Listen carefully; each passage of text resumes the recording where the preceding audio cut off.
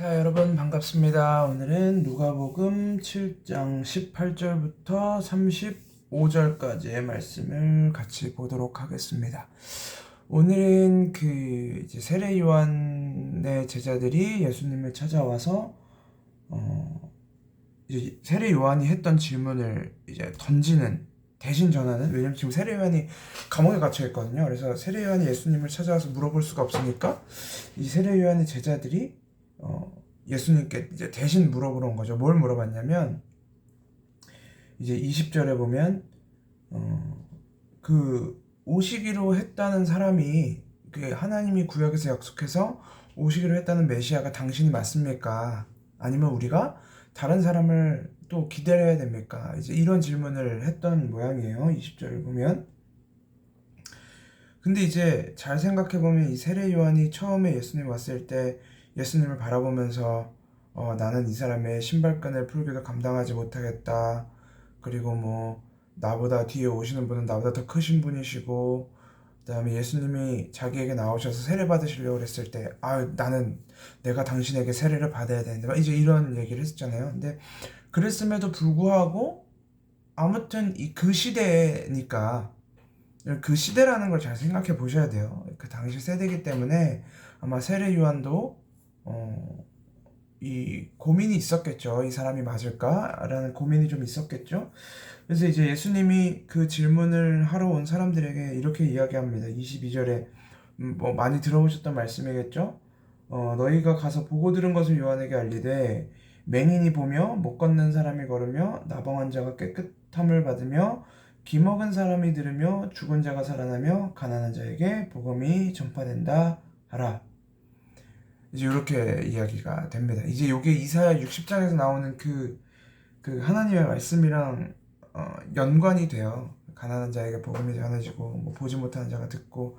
근데 여러분 아시죠? 성경 안에서 이 지금 예수님이 하셨던 이 눈먼 자, 못 걷는 사람, 나병한 자, 귀 먹은 사람, 죽은 자, 가난한 자, 이거는 다 이 영생과 관련된, 이 생명과 복음과 관련된 이야기입니다. 그러니까 이 복음을 눈이 있으면서도 보지 못하는 자, 다리가 있으면서도 걷지 못하는 자, 귀가 있으면서도 듣지 못하는 자. 그때 나병 환자에 대해서는 한번 이야기했었고, 죽은 자가 살아나고 가난한 자들이 부유해지는, 이것은 단순히 예수님께서 이 땅에 오셔서 어떤 사회 복지적인 측면을 회복시키시고, 어떤 뭐 의사로서, 뭐 아니면 백성을 사랑하는 사람으로서 그들의 연약하고 어떤 그러니까 인류애적인 사역을 하셨다라는 게 아니라, 그들이 그리스도를 앞에 두고도 발견하지 못했던 그 복음에 대한 것들이 이제 전파되기 시작했다라는 거예요.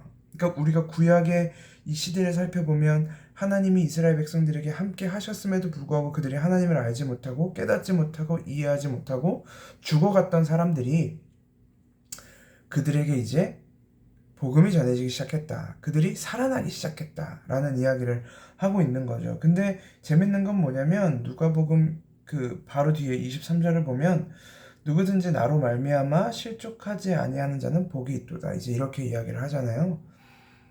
그 얘기는 뭐냐면 예수님 때문에 실족하는 자가 있었다라는 의미가 되겠죠. 예수님 때문에 실족하는 자가 있었고, 그리고 있으며 계속해서 있을 것이다 라는 이야기도 되겠죠. 저는 이 복음을 전할 때, 예수 그리스도의 메시지를 전할 때 그런 기대를 가지고는 있지만 꼭 그것이 이루어질 거라고 생각은 안 합니다. 그게 뭐냐면, 우리가 복음을 전했을 때, 진짜 그리스도의 복음을 제대로 들은 자가 제대로 전했을 때 그 복음을 들은 자가 하나님께로 돌아올 것이다. 이 사람이, 내가 복음을 전하는 사람들이 제발 그 믿음 안으로, 그리스도의 믿음 안으로 들어왔으면 좋겠다라는 인간적인 기대는 하면서 당연히 복음을 전합니다. 누구에게든지 간에. 그러나 잘 아셔야 될 것은 세상은 복음을 싫어한다는 것입니다. 그리스도의 이야기가 우리가 듣기에는 구원의 이야기, 그리고 감동의 이야기, 감격의 이야기이겠지만, 여전히 눈이 가려져 있고 귀가 막혀 있는 자들에게 예수 그리스도의 이야기는 절망스러운 이야기죠. 최악의 이야기예요. 허무맹랑한 이야기, 그다음에 유치한 이야기일 수도 있고. 여러분들이 혹시 믿지 않는 친구들에게 복음을 전해보신 적이 있다면 깨닫게 되겠지만, 근데 이건 꼭 반드시 전혀 하나님에 대해서 모르는 사람들뿐만 아니라 어떤 사람들에게는 복음보다 더 듣기 좋아 보이는 내용들, 있어 보이는 것들이 반드시 존재합니다. 그렇기 때문에 우리는 교회를 다니면서도 우리 안에 씨름들을 하는 거겠죠. 여전히 내가 내 판단을 가지고, 내 생각을 가지고, 내 선악을 가지고 복음을 판단하고자 싶은 우리 안의 욕구 때문에 그렇습니다.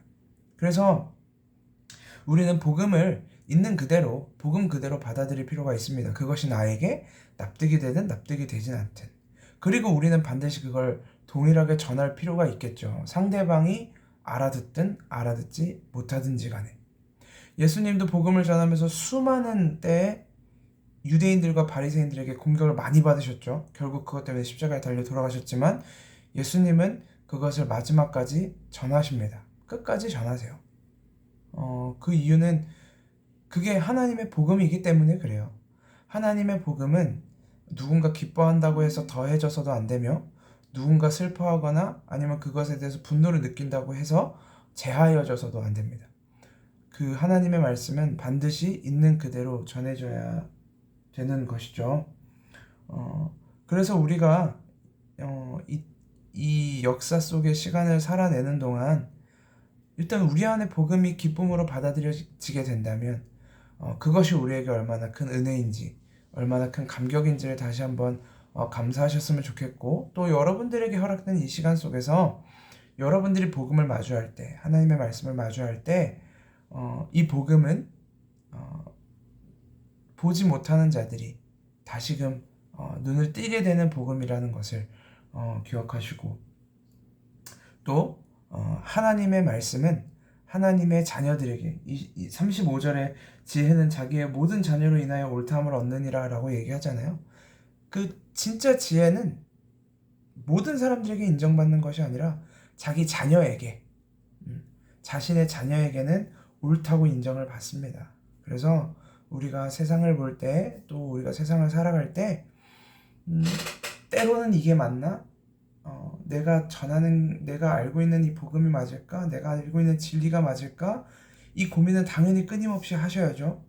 내가 혹시 잘못 전하지는 않았을까? 이 고민도 하셔야 합니다. 계속해서 나를 점검하고, 그 다음에 내가 갖고 있는 이 복음의 진리를 묵상하셔야 됩니다.